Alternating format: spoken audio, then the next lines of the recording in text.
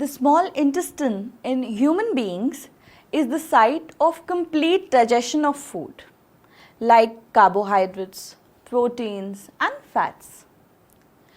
The small intestine receives the secretion of two glands, liver and pancreas.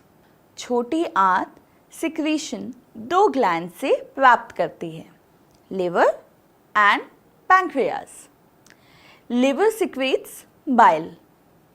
Bile liver में बना एक हरा पीला लिक्विड है जो सामान्य रूप से गॉल ब्लैडर में जमा होता है.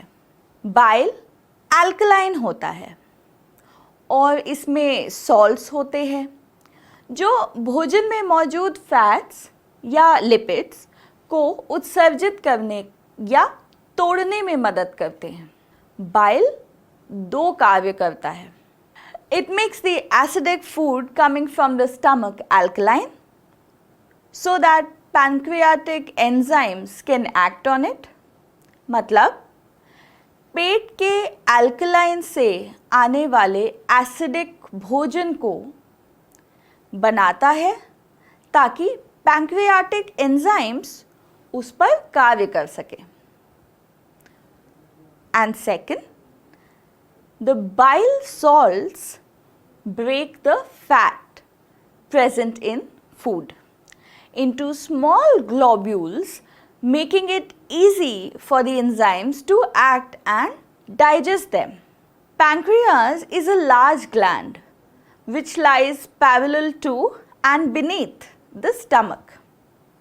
मतलब bile salts भोजन में मौजूद फैट को छोटे ग्लोब्यूल्स में तोड़ देते हैं जिससे एंजाइम को कार्य करना और उन्हें डाइजेस्ट आसानी से कर सकते हैं. पैंक्रियाज एक बड़ा ग्लैंड है जो पेट के नीचे और उसके समांतर स्थित है.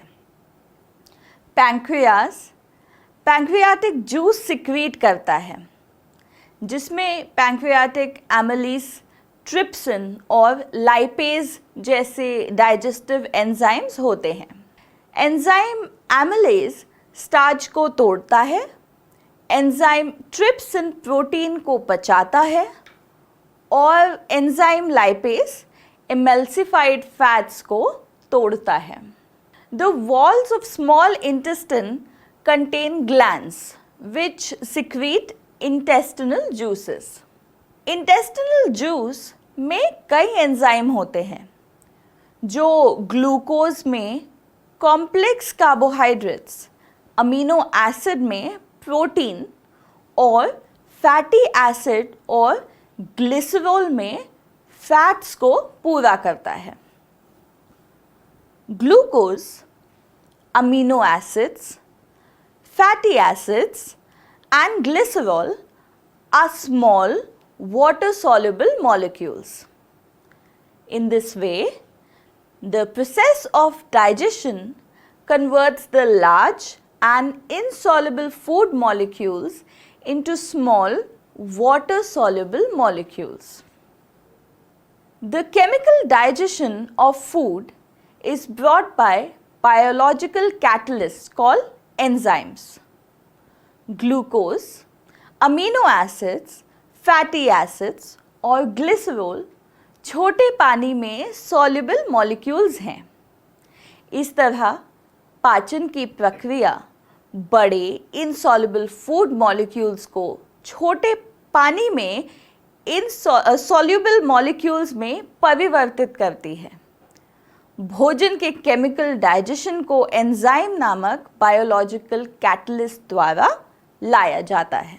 पाचन के बाद भोजन के मॉलिक्यूल्स इतने छोटे हो जाते हैं कि वो छोटी आंत जिनमें ब्लड कैपिलरीज होती हैं उनकी दीवारों से गुजर सकते हैं और हमारे रक्त में जा सकते हैं.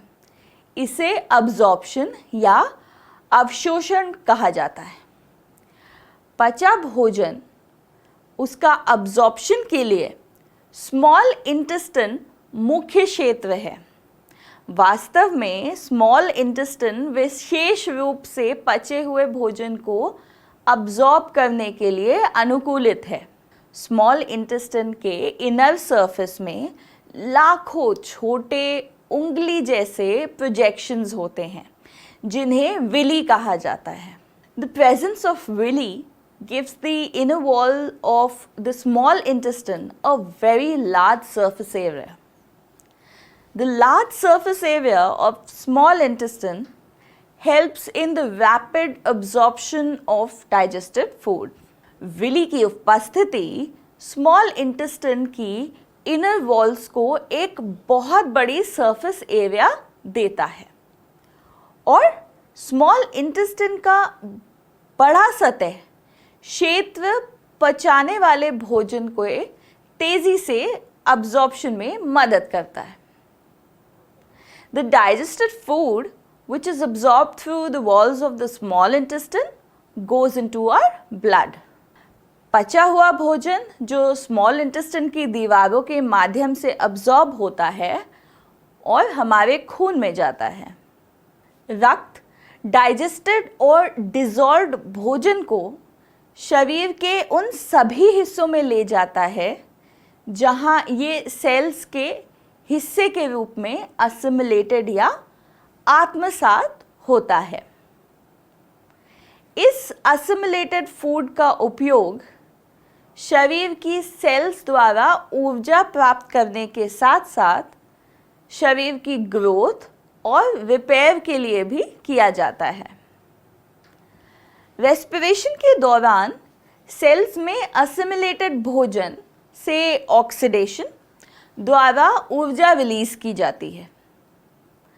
The digested food which is not used by our body immediately is stored in the liver in the form of carbohydrate called glycogen. पचा हुआ भोजन जो हमारे शरीर द्वारा तुरंत उपयोग नहीं होता उसे लिवर में ग्लाइकोजन नामक कार्बोहाइड्रेट के रूप में स्टोर किया जाता है। This stored glycogen can be used as a source of energy by the body as and when required. इस stored glycogen को शरीर द्वारा source of energy के रूप में जब भी आवश्यकता होती है उपयोग किया जाता है। भोजन का एक हिस्सा जो हम खाते हैं वो हमारे शरीर द्वारा डाइजेस्ट नहीं हो सकता। ये अनडाइजेस्टेड भोजन स्मॉल इंटेस्टाइन में अब्जॉर्ब नहीं हो पाता, तो ये अनडाइजेस्टेड फूड स्मॉल इंटेस्टाइन से एक वाइडर ट्यूब में गुजरता है जिसे हम लार्ज इंटेस्टाइन के नाम से जानते हैं। जैसा कि यहाँ दिखाया गया है, इसे लार्ज इंटेस्टाइन कहा जाता है क्योंकि ये काफ़ी वाइड ट्यूब होती है। लार्ज इंटेस्टाइन की दीवारें अनडाइजेस्टेड फूड विली की मदद से अधिकांश पानी को अब्जॉर्ब करती हैं। Due to this the undigested food becomes almost solid. The last part of the large intestine is called rectum that stores this undigested food for some time. And when we go to the toilet, then this undigested food is passed out or egested from our body through anus as feces or stool. इसके कारण भोजन का undigested हिस्सा लगभग ठोस हो जाता है। लार्ज इंटेस्टाइन का अंतिम भाग जिसे रेक्टम कहा जाता है कुछ समय के लिए अनडाइजेस्टेड भोजन को संग्रहित करता है और जब हम शौचालय जाते हैं तो ये अनडाइजेस्टेड फूड हमारे शरीर से फीसेस या मल के रूप में एनस से उत्सर्जित या बाहर निकलता है। फीसेस या मल को निष्कासित करने के कार्य को इजेशन या डेफिकेशन कहा जाता है। The exit of feces is controlled by the anal sphincter. मल का निकास एनल स्फिंक्टर द्वारा नियंत्रित किया जाता है। एक बात और जिसका हमें हमेशा ध्यान रखना चाहिए वो है हमारे दांत। जैसा कि आप जानते हैं कि दांत के बाहरी कवरिंग को इनामल कहा जाता है। Tooth enamel is the hardest material in our body. It is harder than even bones. Tooth enamel हमारे शरीर की सबसे हार्डेस्ट मटेरियल है। ये हड्डियों से भी हार्ड होती है। The part of tooth below the enamel is called dentine. Dentine is similar to bones. Inside the dentine is pulp cavity. The pulp cavity contains nerves and blood vessels.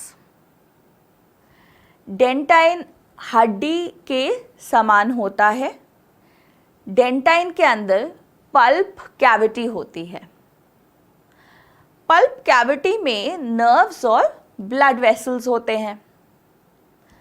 The formation of small cavities or holes in the teeth due to the action of acid-forming bacteria and improper dental care is called dentacaries.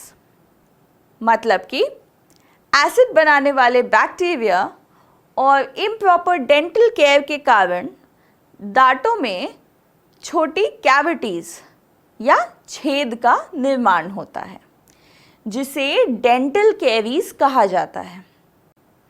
आइए देखें कि इस process में वास्तव में क्या होता है। जब हम मीठा खाना खाते हैं तो मुंह में बैक्टीरिया एसिड पैदा करने के लिए शुगर का काम करते हैं। ये एसिड पहले दांत के इनामल से कैल्शियम सॉल्ट्स को भंग करते हैं और फिर कुछ समय अवधि में दांत में छोटे छोटी कैविटीज़ या होल्स बनाते हैं। कैविटीज़ के गठन से दांत और पल्प कैविटी के बीच की दूरी कम हो जाती है जिसमें नर्व्स और ब्लड वेसल होते हैं। The acids produced by bacteria irritate the nerve endings inside the tooth and cause toothache. यदि दंत कैविटी के कारण होने वाली डिके को साफ नहीं किया जाए और डेंटिस्ट द्वारा ना भरा जाए तो बैक्टीरिया दंत के पल्प कैविटी में प्रवेश कर जाता है जिससे इन्फ्लेमेशन और इन्फेक्शन के साथ साथ सिवियर पेन होता है। यदि दांतों को नियमित रूप से साफ नहीं किया तो वो डेंटल प्लाक नामक फूड पार्टिकल और बैक्टीरिया सेल्स की एक चिपचिपी पीली परत से ढक जाते हैं। Since plaque covers the teeth, forming a layer over them, the alkaline saliva cannot reach the tooth surface to neutralize the acid formed by bacteria, and hence tooth decay sets in. क्योंकि plaque दांतों पर एक परत बनाकर दांतों को cover करती है, अल्कलाइन सलाइवा बैक्टीरिया द्वारा गठित एसिड को बेअसर करने के लिए दांत की सतह तक नहीं पहुंचता और इसलिए टूथ डेके होता है। Brushing the teeth regularly after eating food removes the plaque before bacteria produces acid. This will prevent dental caries और tooth decay. खाना खाने के बाद नियमित रूप से दांतों को ब्रश करना बैक्टीरिया पैदा करने से पहले प्लाक को हटा देता है। ये डेंटल कैरीज या टूथ डीके को रोक देगा। ठीक है, तो इस वीडियो में हमने न्यूट्रिशन इन ह्यूमन बीइंग्स और डाइजेस्टिव सिस्टम के बारे में जाना और मुझे आशा है कि एक्सप्लेन किए गए सारे पॉइंट्स आपको समझ आए होंगे। नमस्कार।